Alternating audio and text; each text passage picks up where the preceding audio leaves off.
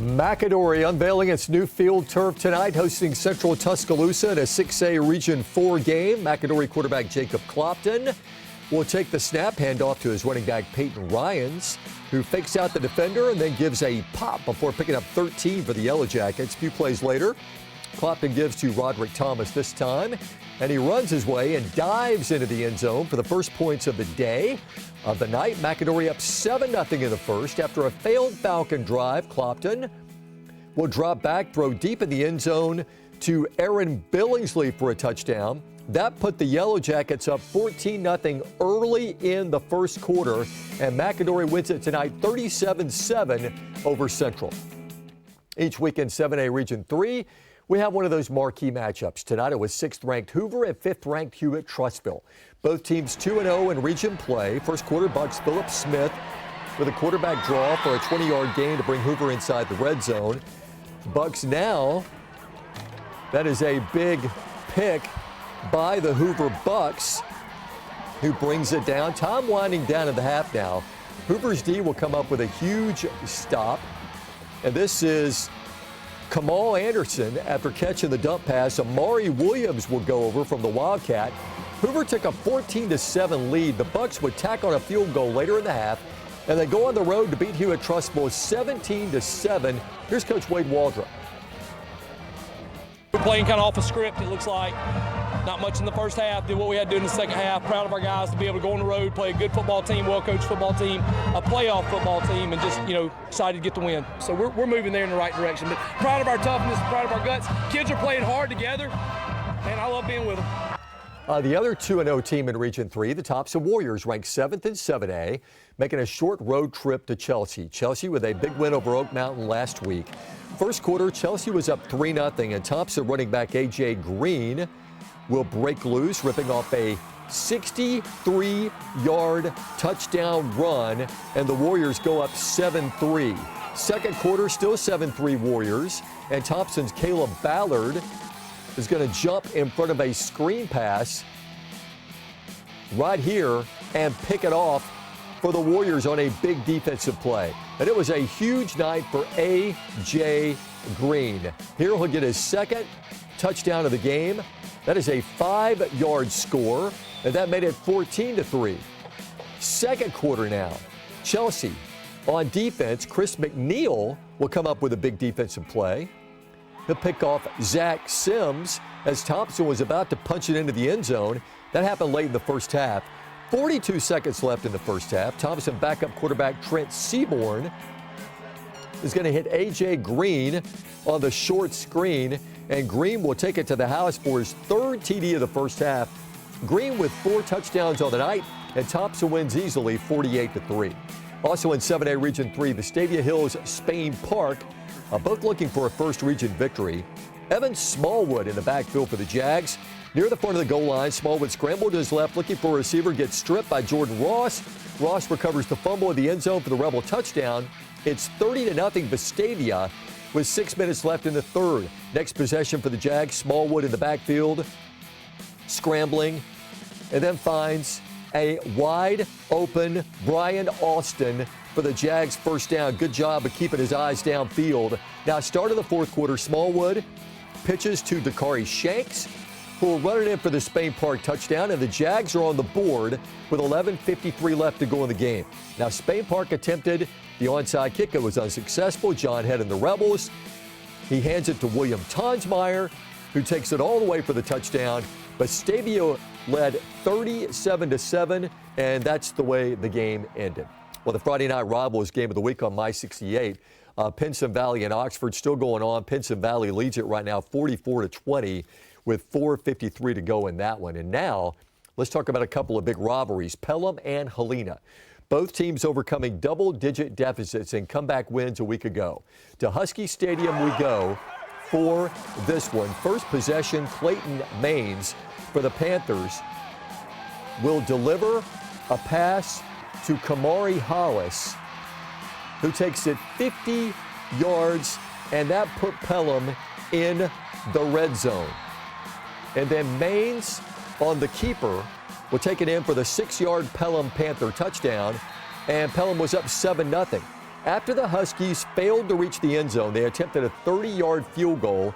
James Lewis will sneak it over the goalpost. It was 7-3 Pelham with 57 seconds left in the first. Pelham on their next possession will be back in the red zone. Maines throwing it out to Darius Copeland for the touchdown. That put him up to 14-3. Helena would come back to take a 17-14 lead, and it's Helena who wins it 31-26. That's a final in overtime. Another big rivalry in 4A Region 5. Corner hosting Dora. Corners won 5 of the previous 7 meetings. The county line clash complete with a flyover. Dora going for it on 4th and 10 on their opening drive. Landon Peterson with a dart finding Nicholas Dyer at the goal line. And then Gavin Brown will prove effective in the short game here. Punching it in for the touchdown for the Corner Yellow Jackets. Both of Corner's first half touchdowns. Corner winning this one over Dora tonight and winning that rivalry. All right, coming up on the Friday Night Blitz, can the unbeaten Moody Blue Devils log another win in Lincoln? And Center Point and Clay Chalkville collided in a battle of unbeatens. The highlights are right around the corner.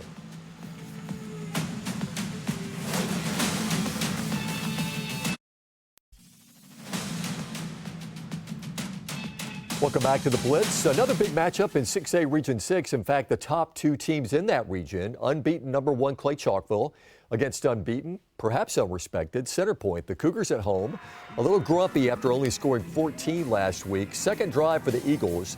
4th and goal from the 1. Jabari Collier sneaks his way in for the first score of the game. How about that? Center Point was up 7-0. But Clay Chalkville would come right back. Kamari McClellan will find Jalen Mbakwe, and the future Crimson Tider is in the end zone. The 2-point try no good.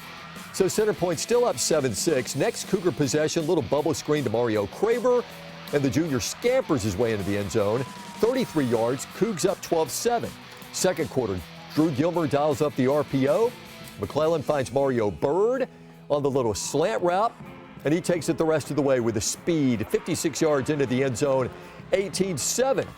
Clay Chalkville, and they were not done. Check out the effort for Rodriguez Johnson. Had a big touchdown run last week.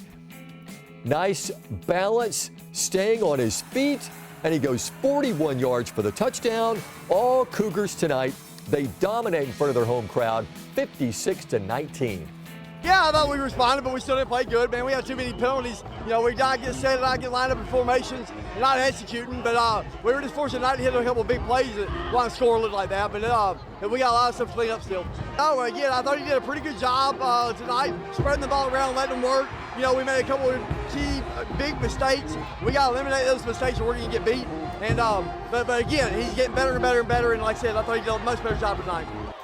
To 6A Region 4, Hueytown and Bessemer City, and the Golden Gophers also releasing a little bit of anger. You know, they're 1-3 right now going into this game. Quarterback Jabron Ellington keeps the ball on the option, but he's taken down. Trying to get back in the game for Bessemer City, Christopher Whitsitt drops back and hits Jaden Gilmore for a 30-yard strike. Only a couple of minutes left to go in the first half of this one.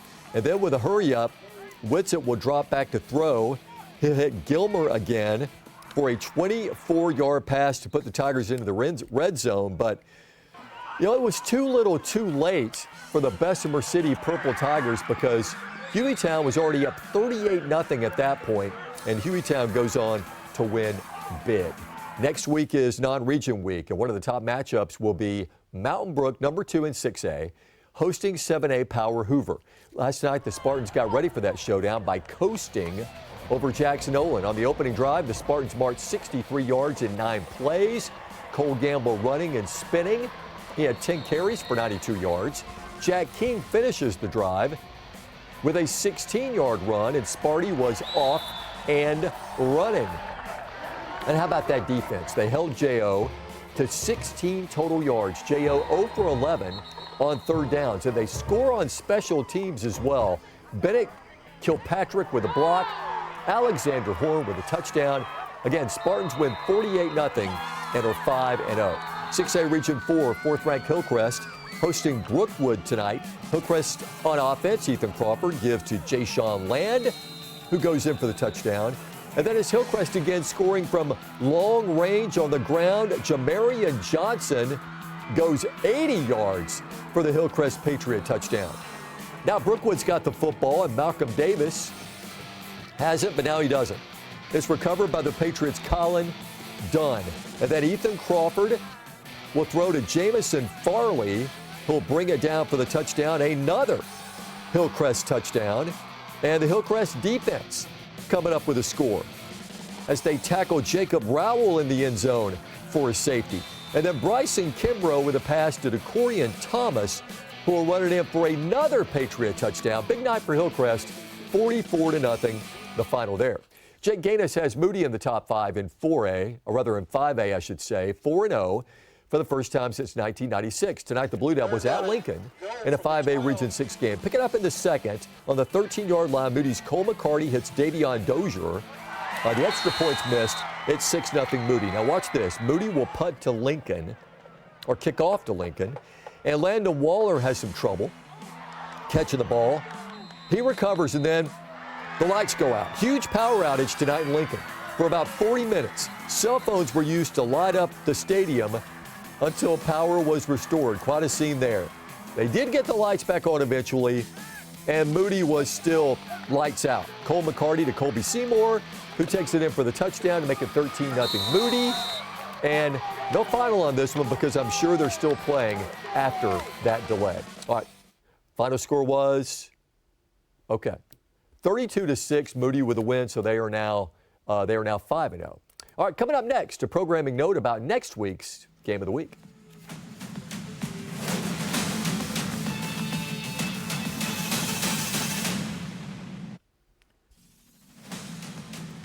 The Friday Night Rivals Game of the Week this Friday. Clay Chalkville at Thompson. Clay Chalkville, number 1 in 6A, defending state champ. The Warriors, number 7 in 7A, 3-time defending state champ. That's at 7 o'clock Friday, right after Blitz game day.